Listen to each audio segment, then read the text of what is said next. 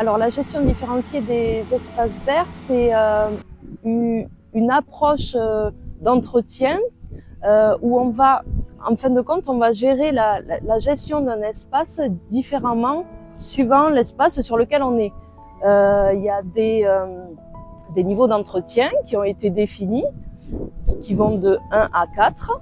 Et ces niveaux d'entretien vont partir, on pourrait dire, d'un jardin sophistiqué à un jardin plus sauvage. En aucun cas, ça ne veut dire qu'il y a des espaces qui ne sont plus entretenus. C'est pas l'idée. Il y a des enjeux économiques, il y a des enjeux environnementaux, sociaux, et on va essayer de répondre à tout ça dans un espace vert. Marmande, c'est une grande ville, c'est 40 km². On a à la fois des espaces vraiment agricoles, des espaces naturels, et puis on a nos espaces verts urbains qui demandent une attention particulière parce que ce sont des lieux d'usage pour les habitants, des parcs pour les enfants, donc dans lesquels on va avoir une gestion particulière pour que les enfants, il n'y ait pas de rosiers, où ils puissent se piquer, etc. C'est aussi des lieux où on veut essayer d'explorer une biodiversité un peu plus ensauvagée, entre guillemets, comme ce que l'on peut avoir à l'île aux Espiers, ou carrément où l'on va valoriser dès l'espace naturel, comme au Jardin des Sources, où là, l'objectif est de valoriser la zone naturelle qui est une zone humide, en fait, et donc de limiter les tontes excessives pour que la biodiversité naturelle de ces espaces puisse s'exprimer. Ça n'empêche pas les usages, on va créer des cheminements spécifiques de manière à ce que les habitants ne sentent pas ces espaces comme dangereux ou abandonnés, mais bien gérés pour un usage de pique-nique, par exemple pour le Jardin des Sources, ou de balades comme à la Filleule, dans lesquelles on travaille les espaces vraiment de manière à ce qu'on ait à la fois une vision naturelle de l'espace et une vision conduite de l'espace pour pas avoir un sentiment d'abandon. Alors, on a réellement mis en œuvre la gestion différenciée depuis ce printemps. On le voit beaucoup à travers les tontes, par exemple. C'est ce qui est le plus visible dans un premier temps. Il y a quand même tout un plan de gestion qui a été rédigé, des diagnostics de faits, des études, des relevés sur terrain qui durent depuis de bons mois déjà. Depuis une trentaine d'années, on a vraiment une évolution dans notre lien à la nature et ce que l'on peut voir comme dit propre. Et donc on va avoir une tonte rase parce qu'on va vouloir quelque chose de propre. La tonte rase, ça va être c'est propre. Mais en réalité, laisser des espaces se développer plus naturellement, ça ne veut pas dire qu'ils sont sales en fait. Ça veut dire qu'on laisse une nature sauvage se développer. Donc ce n'est pas laisser des espaces à l'abandon ou moins les entretenir, c'est garder des usages et permettre à la biodiversité de s'exprimer plus facilement. Alors on va décider du niveau d'entretien par rapport au relevé qui a été fait donc en amont et aux usages de l'espace. Il y a des grands espaces, des petits espaces, on ne peut pas faire n'importe quoi. Par exemple, si on laisse une zone enherbée poussante et qu'on se rend compte qu'il y a des ronces qui se mettent à pousser partout, on ne pourra pas préserver cette méthode d'entretien-là. Donc on est aussi obligé de s'adapter suivant ce qu'on observe. Aussi, on va décider du niveau d'entretien selon les espaces. Justement, suivant s'il y a des parcs de jeux, des terrains, des choses comme ça, on adapte aux usagers du lieu.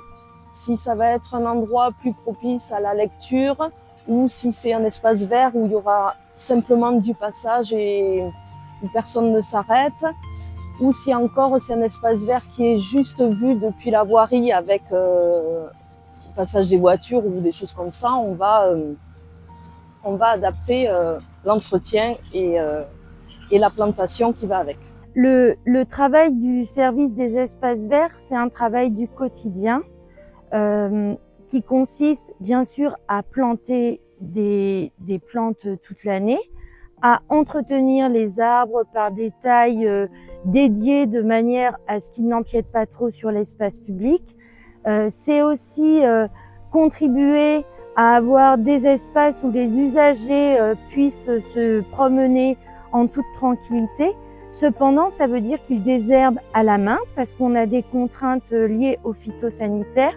Donc il faut considérer que l'espace public, c'est l'espace de chacun.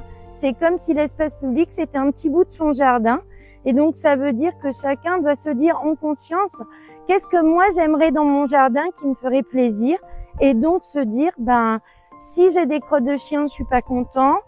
Si j'ai des mauvaises herbes sur mon trottoir, c'est à moi de prendre en compte ces mauvaises herbes sur mon trottoir et à désherber mon espace parce que c'est de ma responsabilité.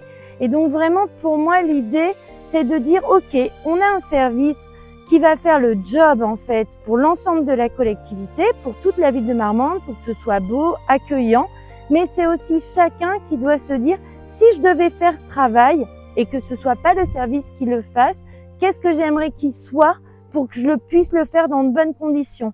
Quand on a des cheminements qui ont été tracés à la tondeuse, respecter ces cheminements pour pas aller piétiner ce qui est en train d'émerger et qui est de la biodiversité sauvage, entre guillemets. Alors, l'usage des produits phytosanitaires n'existe plus sur les espaces verts marmandais. On n'en utilise pas. De toute façon, c'est interdit par la loi. Donc effectivement, il faut trouver des alternatives et la gestion différenciée y répond. Au niveau de l'eau, c'est un grand sujet très important. Un arbre où on va laisser de la végétation au pied sur toute la largeur du houppier, forcément ça va rafraîchir et il sera plus à même de pousser confortablement. Ça évite aussi le piétinement au pied de celui-ci. Donc il ne s'emportera que mieux et ça peut amener que des sujets qui vont mieux se comporter. Et les équipes essaient de s'approprier ces nouvelles pratiques beaucoup sur la tonte. Ça prend du temps au fur et à mesure. Je les accompagne sur le terrain pour qu'on comprenne ensemble l'idée qu'on peut avoir sur la gestion différenciée et comment la mettre en œuvre et l'appliquer réellement. Et comment on adapte aussi au fur et à mesure le lieu aux usages. Donc voilà, il n'y a rien de figé, ça reste des espaces verts, c'est vivant et on doit s'adapter en permanence. Nous avons lancé la gestion différenciée en 2024 avec la formation des agents.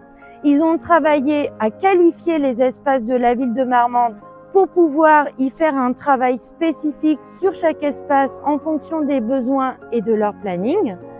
Aujourd'hui, nous sommes dans la mise en route de cette gestion différenciée avec un outil qui va leur permettre de suivre leur temps de travaux, de suivre cette planification. Et donc, je pense qu'il nous faut une saison, comme on dit, c'est-à-dire vraiment une année entière pour voir le bilan de ce travail et voir les lieux où effectivement on peut aller plus loin, c'est-à-dire laisser peut-être encore plus le naturel se développer parce que les usagers le vivent bien et que les cheminements proposés leur conviennent. Et d'un autre côté, peut-être qu'il y a des endroits où les habitants voudront qu'on remette un peu plus la main dessus et qu'on les laisse moins se développer naturellement parce qu'ils auront un sentiment d'abandon ou l'endroit devient sale. Et dans ce cas-là, il faudra aussi écouter les habitants et peut-être changer la codification du site et aller plus loin dans le travail que ce que l'on avait prévu au départ. Je pense qu'il faut prendre le temps d'analyser en fait la mise en place de la gestion différenciée sur au moins une saison. Les agents ont déjà participé à beaucoup de formations lors de la rédaction du plan de gestion différenciée.